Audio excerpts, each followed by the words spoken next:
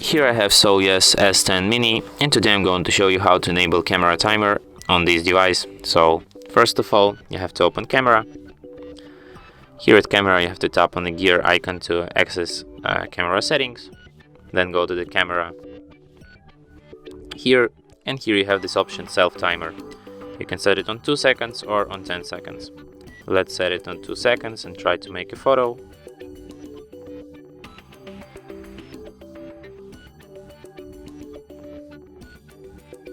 As you can see, timer worked.